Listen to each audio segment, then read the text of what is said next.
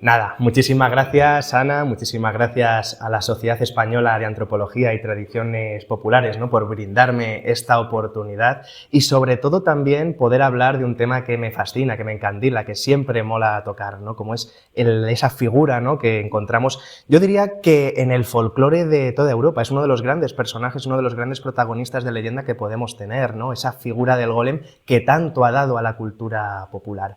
Sin duda, para analizar la figura del golem tendríamos que ir paso a paso y también conocer su intrahistoria. ¿Por qué? Porque si vamos paso a paso y conocemos su intrahistoria, podemos trazar mejor lo que es esta figura que, como vamos a ver, es más universal de lo que imaginamos. Y evidentemente, para ir paso a paso, primero hay que hacer una primera parada. ¿Dónde vamos a hacer esa primera parada? Pues efectivamente en la capital de República Checa. Nos marchamos en primer lugar a Praga. Praga, ¿no? Quien haya paseado por esas mágicas y legendarias calles del barrio judío de Praga, esas mismas que pisó Franz Kafka, posiblemente, evidentemente, nos podamos topar en cualquier rincón, en cualquier sitio, con la figura del golem. Una leyenda que está, como digo, muy arraigada en Praga, concretamente en ese barrio judío. ¿Qué nos cuenta esta leyenda? Pues para conocerla tendríamos que marcharnos allá por finales del siglo XVI, en tiempos del emperador Rodolfo II, ese personaje tan estrambótico, tan estrafalario, ¿no?, y que sin duda era una época en la cual pues parece ser que los judíos y la comunidad judía que había en Praga se encontraba bastante perseguido, ¿no?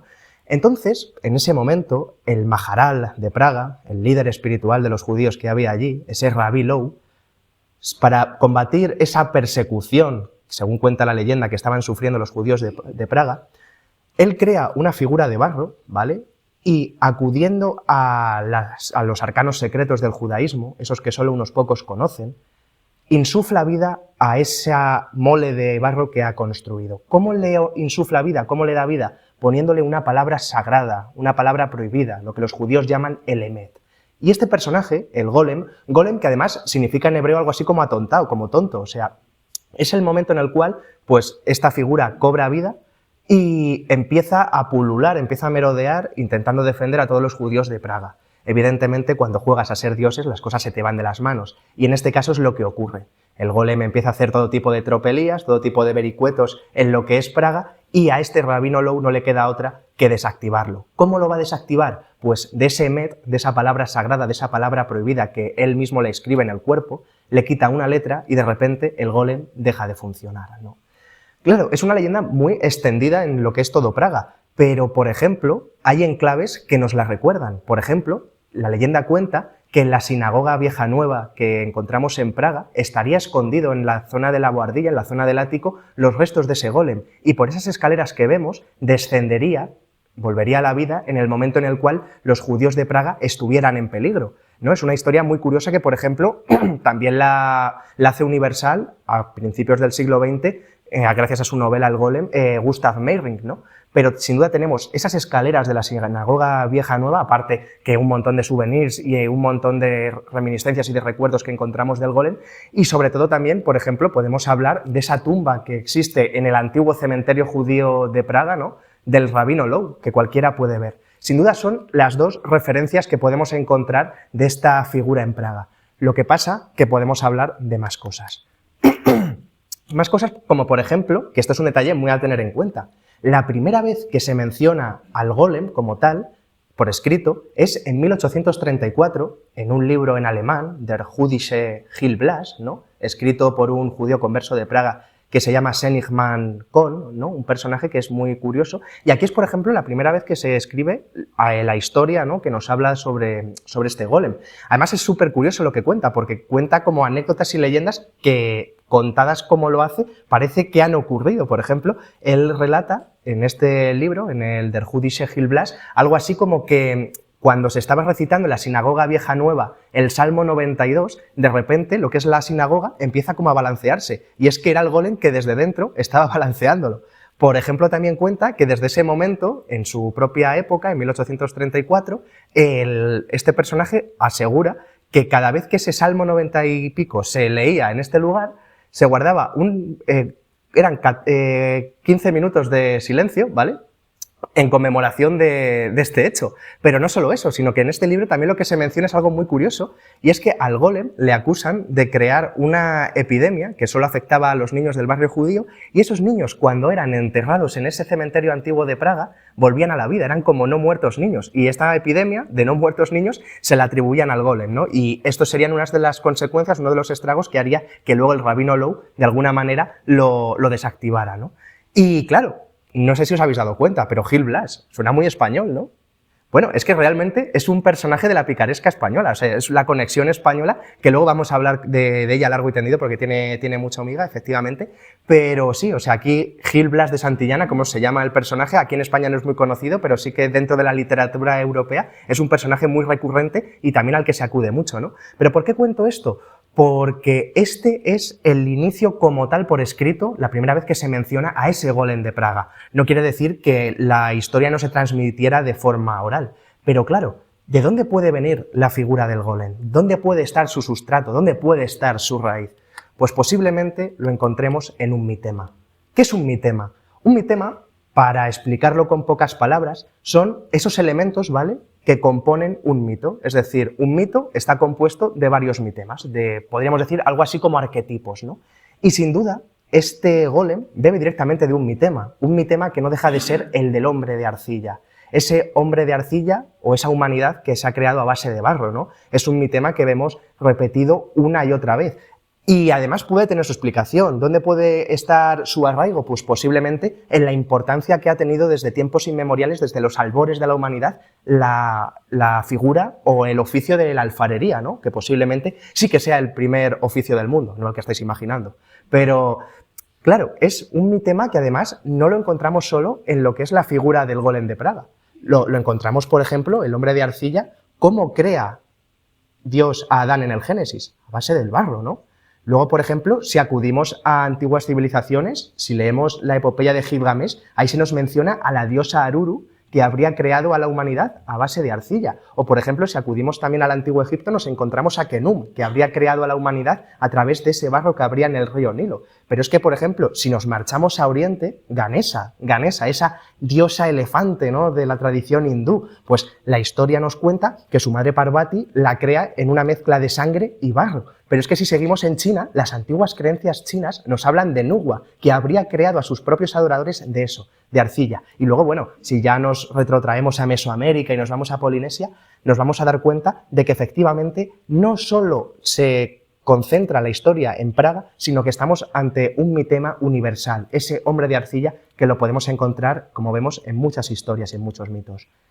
Posiblemente uno de los más conocidos, sin duda, sería Prometeo, ¿no?, dentro de la mitología clásica, concretamente dentro de la mitología griega, ¿no?, este personaje que habría creado a la humanidad a base de barro y después le habría dado las herramientas suficientes para poder sobrevivir, ¿no?, en un mundo hostil a la humanidad. Algo que parece ser que mosqueó bastante a Zeus. ¿Por qué? Pues no lo sabemos, pero el caso es que castiga a Prometeo atándolo en una montaña del Cáucaso y un águila mientras le comía las entrañas, ¿no? Es una historia muy curiosa.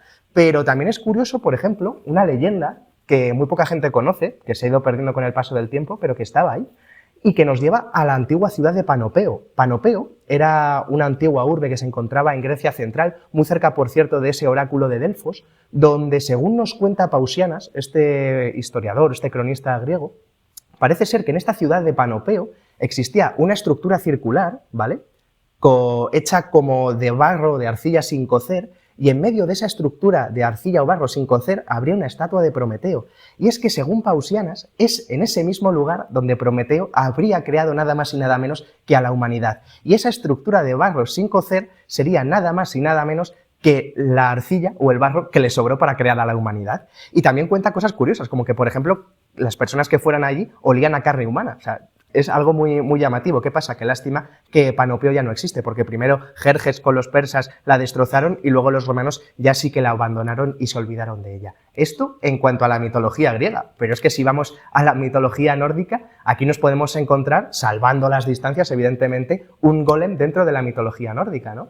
Y claro, aquí no es nada en plan civilizador ni nada de eso, ya sabéis cómo es la mitología germánica y nórdica, que se están dando leches y se están dando de tortas en cada capítulo prácticamente, ¿no? Es como unas sagas muy beligerantes, como muy guerreras, ¿no? Y en este caso, pues también la encontramos, con la figura de Mokurkalfe, que no es muy conocido, pero llama mucho la atención. Esto nos lo cuenta una Edda que es la de Skanskaparmal, no me obliguéis a decirlo porque yo creo que no sería capaz de volver a decirlo, pero en esta Edda lo que se nos cuenta es que el gigante Rugner, en ese enfrentamiento que tiene con el poderoso dios de la mitología nórdica como es Thor, él se ve, pues eso, en desventaja y decide, pues, llevar compañía a la batalla. ¿Qué hace para esa compañía? Pues lo que hace es acudir a las artes mágicas y a través de cantos prohibidos invoca una figura a través de la arcilla a la cual le pone un corazón de yegua y ese ser pues cobra vida y se transforma en Mokurkalfe.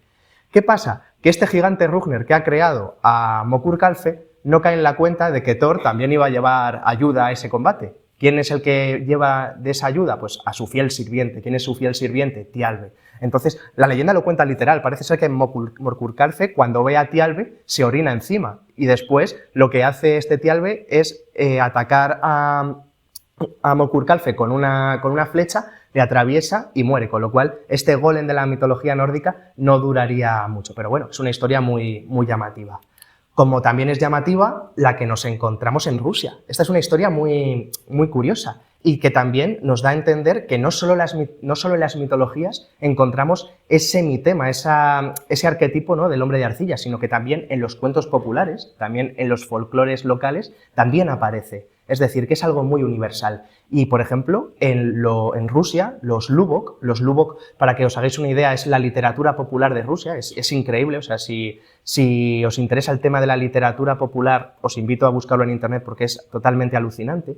Y esos Lubok nos hablan de este personaje, del niño golem, del niño de arcilla, Glindjani Ivanushko, así lo llaman, ¿no? Y es una leyenda muy curiosa, porque nos cuenta que en un lugar indeterminado de la Gran Rusia, una pareja anciana, el marido era alfarero, parece ser que estaba muy apesadumbrada esta pareja porque no habían conseguido tener un hijo por problemas de fertilidad. Entonces, ¿qué hace ese alfarero anciano? Según la leyenda, acude a un hechicero y por medio de la magia crean un niño de arcilla al que le insuflan vida. Un niño, además, que se les va a ir de las manos. ¿Por qué? Porque parece ser que comía mucho. ¿Qué pasa? Que cuando se acaban los alimentos, ¿a quién se come? A su padre y a su madre. Cuando se come a su padre y a su madre, después ¿a quién se come? Se come a sus vecinos. Y es curioso porque la leyenda cuenta que este Glindjani Ivanushko no los masticaba, sino que se los tragaba de una, con lo cual toda esa gente que se había tragado seguía viviendo en su estómago. Así hasta que devora, según la historia, a un carnero, el carnero empieza a dar embestidas dentro del estómago de este ser, hace un agujero por donde sale toda la gente y evidentemente él muere, ¿no? Pues es una historia muy, muy curiosa.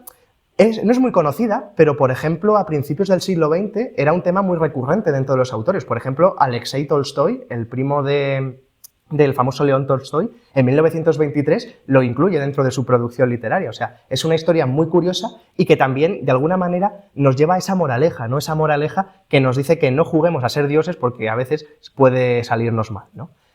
Sin embargo, la cosa cambia cuando hablamos y llegamos, evidentemente, a la tradición judía. En la tradición judía es donde la figura del golem adquiere su mayor relevancia, tiene su mayor esplendor, ¿no? Sin duda, bajo esa figura del golem, de ese atontao, ¿no?, como dirían ellos. Una figura que, de nuevo, es lo que hemos contado antes del golem de Praga, ¿no? Un rabino judío, un cabalista, un sabio de la Torá, que en momentos difíciles para los judíos recurre a esa magia prohibida del judaísmo, invoca a estos seres de arcilla, poniéndoles en cualquier parte del cuerpo ese emet, esa palabra sagrada, para defenderlos, hasta que ven que se les va de las manos y no les queda otra que desactivarlo, quitándole una letra. Y esto es muy llamativo, porque existen libros dentro del judaísmo con procedimientos como guías para crear golems. Y esto lo encontramos dentro de la Cábala.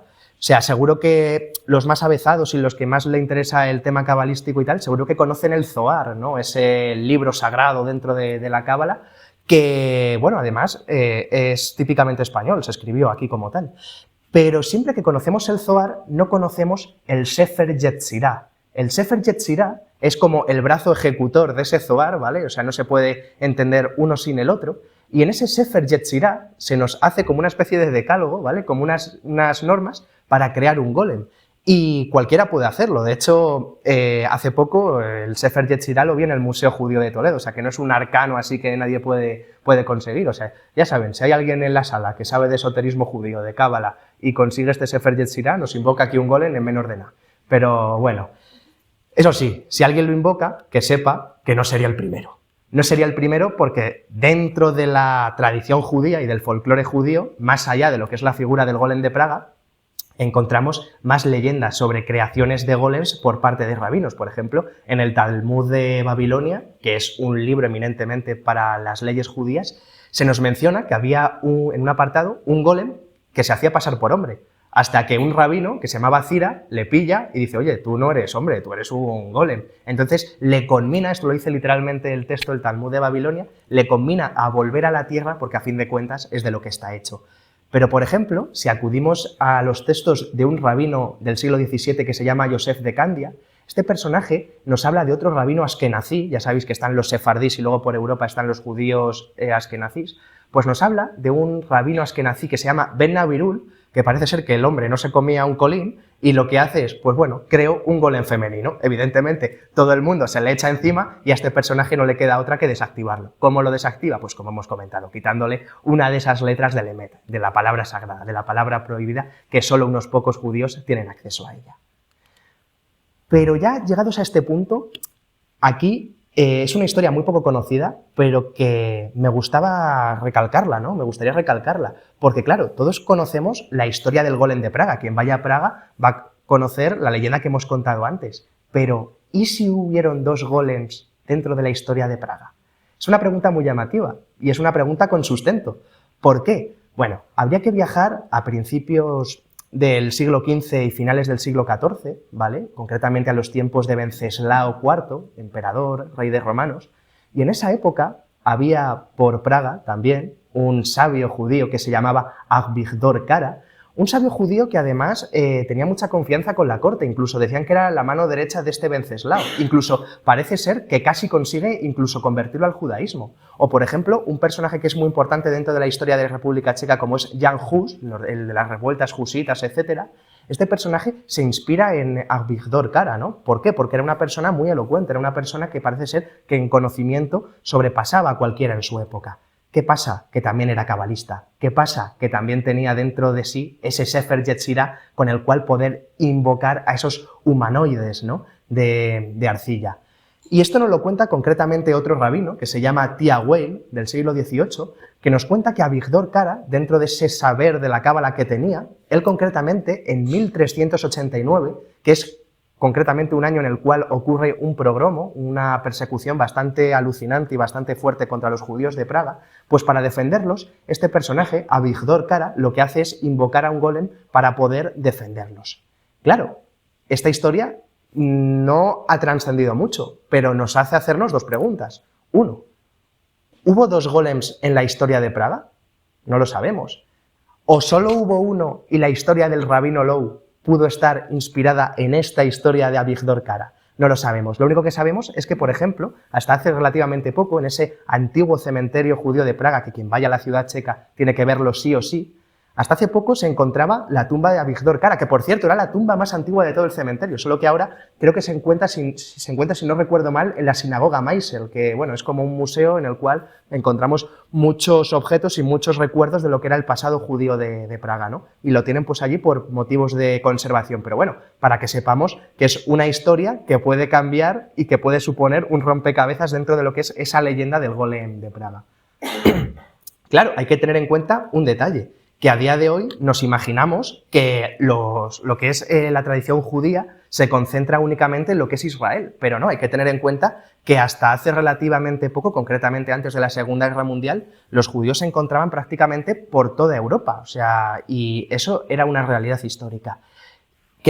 ¿Por qué digo esto? Porque nos lleva a encontrar historias de golems prácticamente por toda Europa. E Italia sería uno de esos lugares. Concretamente, a 50 kilómetros de Nápoles encontramos una ciudad la ciudad de Benevento, una ciudad que además a los que les guste la brujería tienen que conocerla sí o sí, porque tiene un montón de historias de brujas, es como la ciudad de las brujas por antonomasia de todo Italia, es decir, como la Zugarramurdi nuestra, ¿no? Pues en esa ciudad de Benevento, aparte de todas esas historias de brujas, también nos encontramos la historia de un niño golem. Un niño golem cuya leyenda tiene como protagonista a un judío que se llama Aarón. Aarón, además, era un judío mago que vivía en Bagdad, ¿no? Esa capital de Oriente no solo importante a nivel comercial, sino también importante a nivel de magia. ¿Por qué? Porque allí se concentraba la magia babilónica y la magia de los caldeos, ¿no? Entonces nos podemos imaginar el poder o también lo que podría significar esta figura de judío Aarón. El judío Aarón, que además le expulsan de Bagdad. ¿Por qué le expulsan? Bueno, la historia dice que le expulsan porque en el molino que él tenía, parece ser, una mula, pero que también tenía un león. Entonces, parece ser que una vez se le escapa el león, se come a la mula y para que no le pillen, lo que hace es atar al molino al león y el león era el que daba vueltas. Entonces, cuando le pillan, parece ser que se monta un cambalache increíble allí en Bagdad y le expulsan de la ciudad. Y él se ve obligado a empezar un periplo por todo el Mediterráneo. Un periplo que termina en Gaeta. Gaeta es uno de los puertos más importantes de la mitad sur de Italia. Desembarca aquí y va en dirección a Benevento. Y parece ser, según nos cuenta esta historia, que Aarón ya deja sus muestras y sus facultades de mago en ese trayecto de Gaeta a Benevento. ¿Por qué? Porque parece ser que se encuentra por el camino a un burro, que parece ser que era un niño, y él le quita de un hechizo que tenía y era el hechizo que le convertía en burro, ¿no? Pero en el momento en el cual él llega a Benevento, se encuentra con una figura que él no comprendería. Se encuentra con un niño golem que se encuentra aturdido, que se encuentra vagando por las calles, y él empieza a recobrar información sobre este niño golem. Un niño golem que además es una historia muy curiosa, porque no estaba hecho de arcilla. Parece ser que era un niño que había existido en realidad, o sea, de carne y hueso. ¿Qué pasa? Que ese niño lo había su madre enviado, o mejor dicho, se lo había dado a un comerciante para que hiciera peregrinación a Tierra Santa, y le puso la condición esta madre a ese comerciante que lo trajera de Tierra Santa sano y salvo. ¿Qué pasa? Que en aquella época, pues evidentemente, un trayecto de ese carácter, de ese calibre, y más con un niño, pues efectivamente este niño durante el trayecto murió. Entonces a este comerciante no se le ocurre otra cosa que acudir a esas artes mágicas y convertir al niño, le pone en el brazo concretamente ese Emet, y el niño pues se convierte en golem. Pero el niño había sido de carne y hueso como ustedes y yo, ¿no? El caso que cuando Aarón se encuentra a este niño, empieza a encontrar información sobre él, entabla conversación y se pone a hablar con el niño. Y el niño golem le diría algo así como: estoy cansado ya de vagar, quiero ir a mi estado, que ahora mismo es el de la muerte. Y en ese momento Aarón ve en su brazo ese Emet, esa palabra sagrada, se acerca a él, le borra una letra y el niño muere. Se convierte concretamente en un montón de arcilla. Pues esta es la historia del golem de Benevento, de posiblemente el golem italiano. Claro, esto nos quiere decir que en Italia, concretamente en la mitad sur, había gente con conocimientos suficientes para crear golems, ¿no? Y en este caso, investigando, efectivamente te encuentras con que en el siglo IX existía en la mitad sur de Italia un grupo selecto de judíos que parece ser que tenían unos conocimientos iniciáticos, unos saberes que solo compartían entre ellos, y además tienen un nombre muy cautivador, porque se los conocía como los susurradores de lo arcano, o sea, un nombre muy romántico, un nombre que invita a investigarlo, ¿no? ¿Y qué harían estos susurradores de lo arcano? Pues tendrían esas facultades de dar vida, de dar cuerpo y de dar alma a todo lo que ellos quisieran. Y claro, estos susurradores de lo arcano tenían su eje de funcionamiento por todo el sur de Italia, pero su centro de operaciones se encontraba en una ciudad concreta, una ciudad que a día de hoy se encuentra todavía, concretamente en esa bota de Italia, es esa ciudad de Oria. Y en esa ciudad de Oria cuentan que creaban golems a tutiplén. Cada vez que querían crear un golem y veían que la comunidad judía importante que hay en Oria, a día de hoy todavía la hay, pues los veían de alguna manera anatemizados, lo que hacían era invocar un golem y defenderlo. Y la leyenda nos cuenta que crearon tantos golems, estos susurradores de lo arcano en Oria, que Yahvé tuvo que tomar cartas en el asunto y por mandato divino les conminó a que pararan esta práctica. Y ellos, con ese mandato, obedecieron y pararon de crear estas figuras. No, es una historia muy, muy curiosa. Historia que además no se encuentra así porque sí en el folclore, no.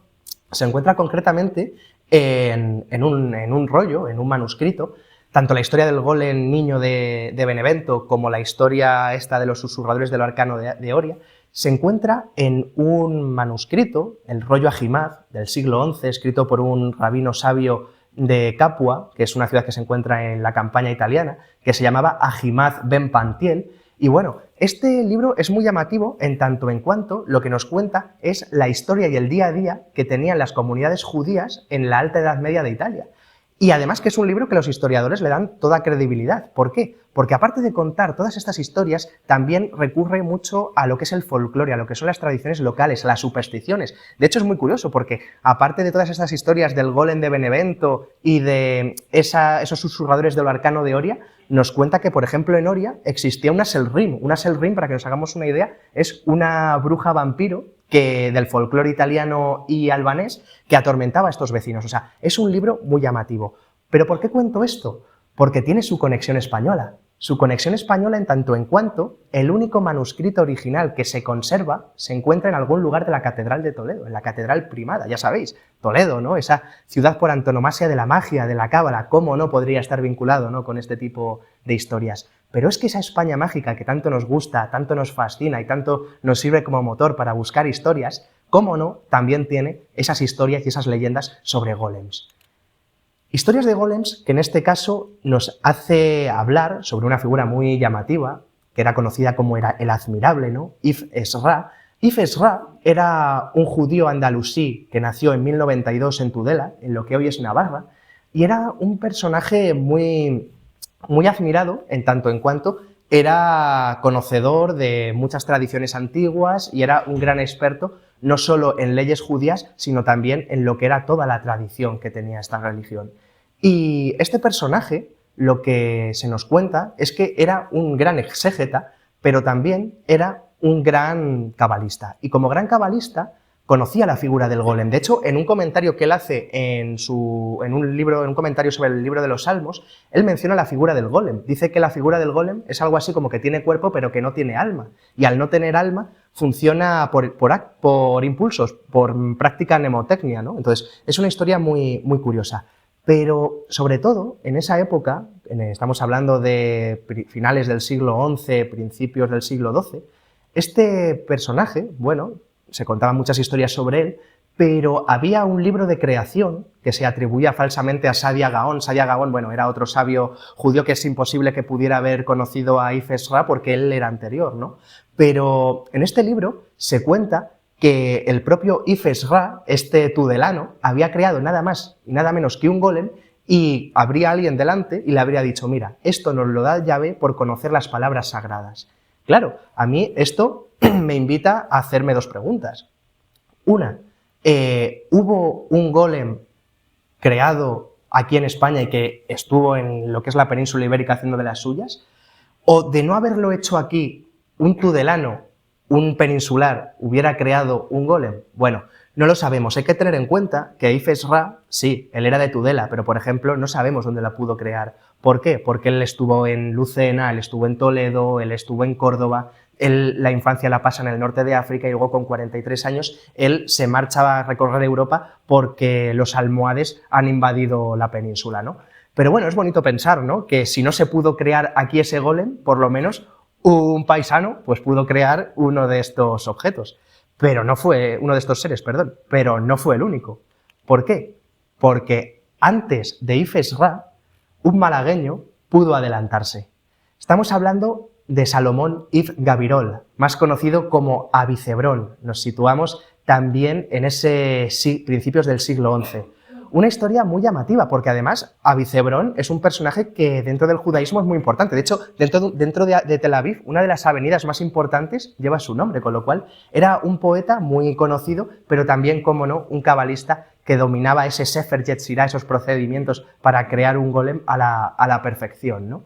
Este personaje era malagueño, pero rápidamente se marcha a lo que es la taifa de Zaragoza, donde se va a convertir prácticamente en la mano derecha del rey de Zaragoza, de Mundir II. ¿Qué pasa? Que en esa época estalla en Zaragoza una fuerte rebelión y él no le queda otra que huir a Granada. Y es en Granada donde va a crear, o la leyenda nos dice, que va a insuflar vida a un golem femenino. Esta historia también es muy llamativa. ¿Por qué?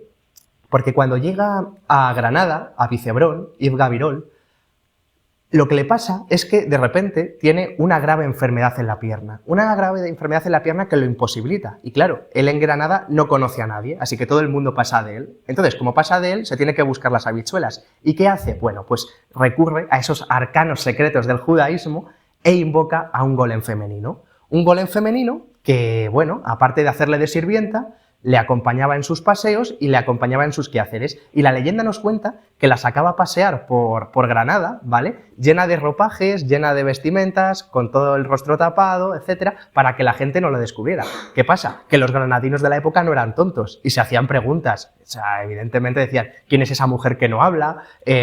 ¿Por qué le acompaña siempre? ¿Por qué va tan tapada en Granada en verano cuando hace un calor de narices, ¿no? Entonces, claro, todo esto despierta mucha inquina que evidentemente llega a oídos de las autoridades locales. ¿Qué hacen las autoridades locales? Rápidamente se dirigen a la casa de Avicebrón para ver qué está pasando y a ver quién es esa figura femenina que nadie conoce y que nadie ha podido ver su rostro, ¿no?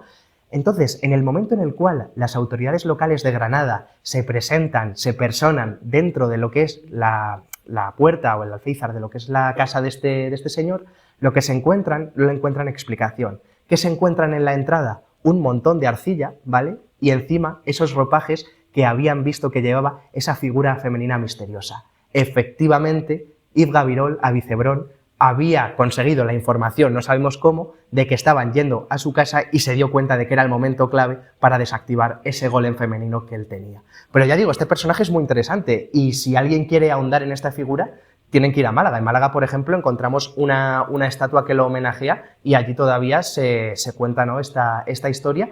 En Granada no es muy conocida, pero bueno, que sepamos que aquí en España también ha habido golems. Y pudo haber también un golem viajero. Esto es muy curioso.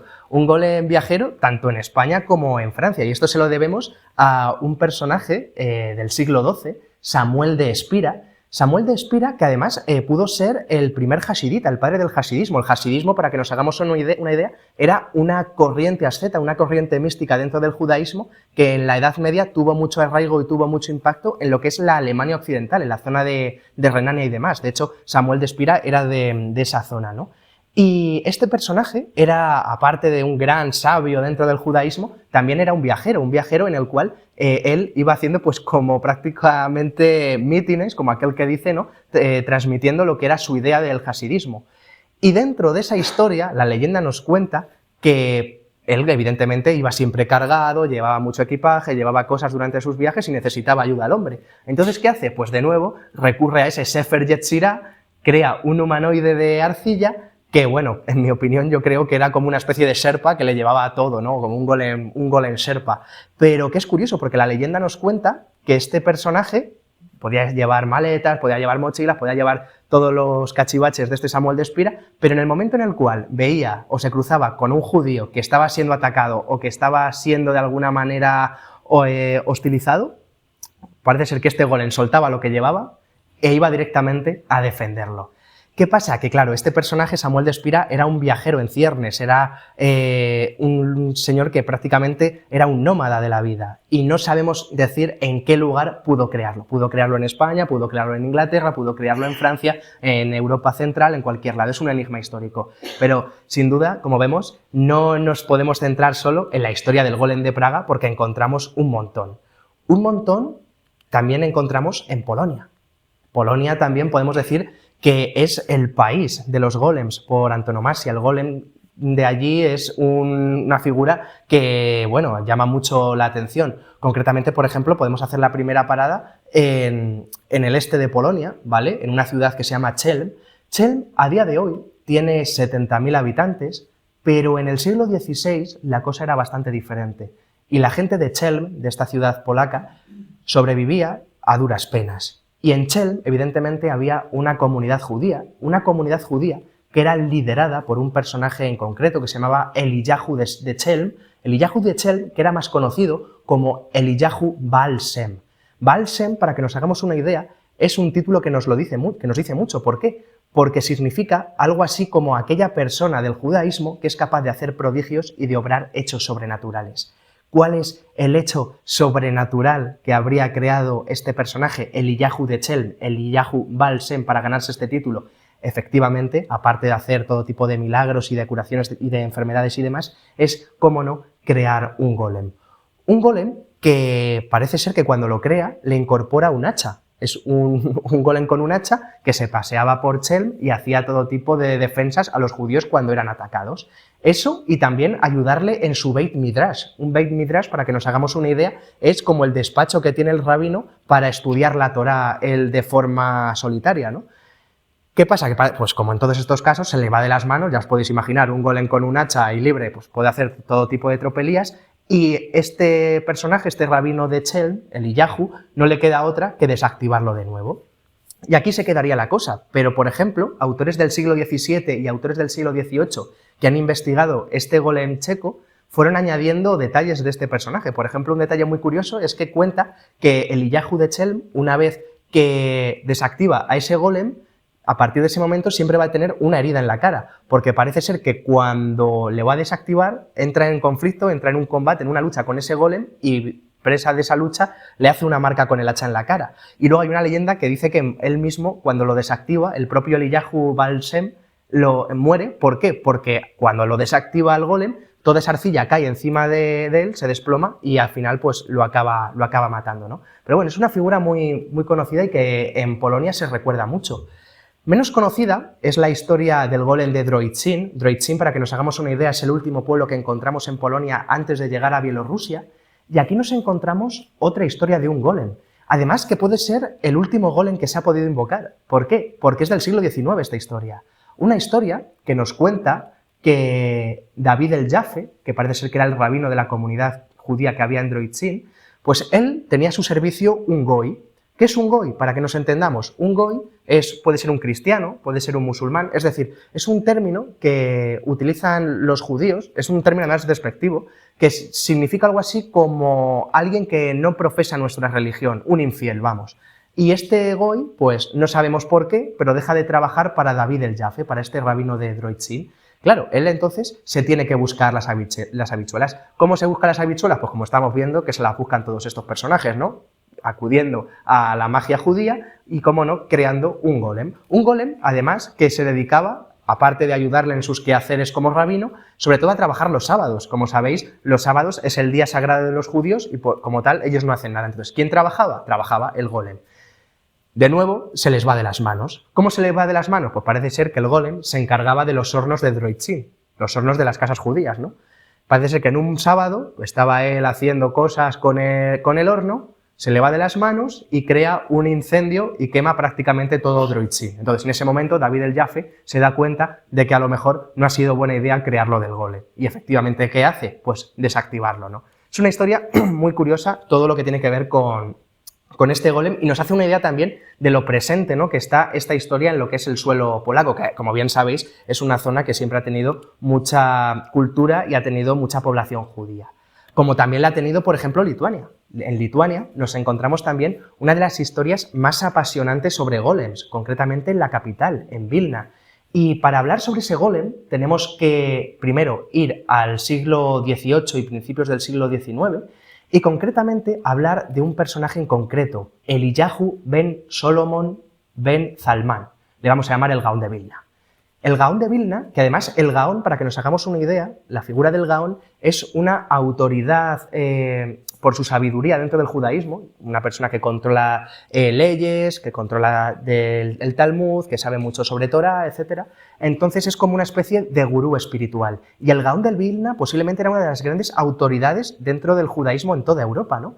Pues a este personaje también, cómo no, se le atribuye un golem. Y esta historia la cuenta su alumno que se llamaba Chaim de Volosin, la cuenta en el siglo XIX, y lo cuenta de forma anecdótica, porque él cuenta que cuando estaba en una ocasión hablando con el Gaón de Vilna, él en esa ocasión le da 10 versiones de ese Sefer Yetzirah del que hemos estado hablando para proceder a crear un golem, y le pide a este Gaón de Vilna que de esas 10 versiones le diga cuál es la correcta o cuál es la que se asemeja más a lo que es el Sefer Yetzirah original, ¿no? Y parece ser que, bueno, este personaje los está leyendo y no duda un ápice, coge uno de ellos. Claro, a Chaim de Volosin, su alumno, se queda a cuadros y dice, ¿cómo lo has sabido? Y en ese momento el Gaón de Vilna, el Gaón de la capital de Lituania, le reconoce que cuando él tenía 13 años, parece ser que era una época muy difícil para los judíos en Jerusalén, no estaban pasando buenos tiempos, él, para defender a los judíos de Jerusalén, invocó un golem para que fuera a Tierra Santa a defenderlos. ¿Qué pasa? Que también el Gaón de Vilna le reconoce a su alumno aventajado que recibió una misteriosa, una enigmática señal divina que él interpretó como que no estaba preparado por su edad para invocar este tipo de objetos, este tipo de seres, perdón. Claro, esta historia parecería que se queda ahí, pero no se queda ahí. ¿Por qué? Porque en el siglo XX la leyenda del golem de Vilna se retoma. Aquí en ningún momento hemos dicho que consiguiera crearlo, ¿no? Pero en el siglo XX, concretamente en 1910, uno de los sucesores como rabino que tiene el Gaón de Vilna, que se llama Eliyahu Gordon, más conocido como Rabí Gordon, este personaje empieza a estudiar toda la biografía y toda la historia de este Gaón, del Gaón de Vilna, y él acaba sacando una conclusión que dice que efectivamente él creó un golem, el del Gaón de Vilna. Pero es más, no solo que él confirma en 1910 que lo ha creado, sino que dice que concretamente en el ático de la sinagoga de Vilna los restos de ese golem todavía estarían. ¿A qué nos recuerda? Efectivamente a esa historia que hemos contado antes del golem de Praga, ¿no? Vemos que una historia nos lleva a la otra y una historia parece, entre comillas, intoxicar a la otra, ¿no? ¿Qué pasa? Que esto nunca lo sabremos. ¿Por qué? Porque cuando los nazis llegan a Vilna, lo primero que hacen al entrar a la ciudad es ir directos a la sinagoga de Vilna, la destruyen, la incendian y se pierde todo. Se calcula que se pierden nada más y nada menos que 34.000 manuscritos, tratados de cábala, posiblemente también esa versión verdadera del Sefer Yetzirah que habría separado el propio Gaón de Vilna y, cómo no, esos presuntos restos que si lo habrían existido pues se perdieron, ¿no? Pero esa historia en Lituania y en Vilna posiblemente sea la leyenda más conocida, la del golem de Vilna, ¿no? Claro, aquí acabamos con los golems de la historia, pero es que también tenemos golems actuales. Quien vaya a Poznan, en Poznan, una de las ciudades más importantes de Polonia, justo enfrente de la Universidad de las Artes, nos encontramos con esta estatua tan curiosa. Son 3 figuras, ¿vale? Pero que si se ven de frente, parece solo una, es como una especie de transmutación, una especie de metamorfosis. Y esta escultura se la conoce como el golem de Poznan. ¿Por qué se le conoce con este nombre? Porque es un homenaje al rabino Lou, a ese rabino, a ese majaral de Praga que habría invocado al famoso golem de la República Checa. ¿Por qué este homenaje? Porque él era de Poznan y si bien la fama se la lleva a Praga, él los primeros pasos como rabino los da en Poznan y esos primeros pasos evidentemente le conducen a aprender esos textos sagrados, esos manuscritos secretos y esos conocimientos arcanos que tendría dentro del judaísmo, ¿no? Además que este golem de Poznan, bueno, se pone en 2010 y no ha estado exento de polémica porque, bueno, su autor, David Cherny, es un personaje muy, muy polémico y, bueno, en ese sentido siempre ha estado este objeto, este lugar siempre vandalizado. ¿Por qué? Porque no por lo que representa, sino por este personaje que, bueno, lo que hace es obras bastante provocativas. Para que os hagáis una idea, una de las obras que expuso en Bruselas, en el Parlamento Europeo, era una escultura que era un mapa de la Unión Europea, a Alemania la representaba con una esvástica nazi y a nosotros nos representaba, pues para que os hagáis una idea, solo con hormigoneras en el norte de la península, como diciendo que los únicos que trabajan son los del norte. Entonces, es muy polémico y sí que es cierto que esta estatua la han destruido bastantes veces. Y luego en 2019 sí que es cierto que amaneció lo que es la escultura en el suelo, pero no por temas de vandalismo, sino también por temas de que en septiembre parece ser que hubo unas ventiscas muy importantes y con el viento lo tiraron al suelo. Pero bueno, si alguien para por Poznan, que es una ciudad bastante turística y bastante mágica, que sepan que también tienen su golem. Como también tienen su golem dentro de lo que es Jerusalén.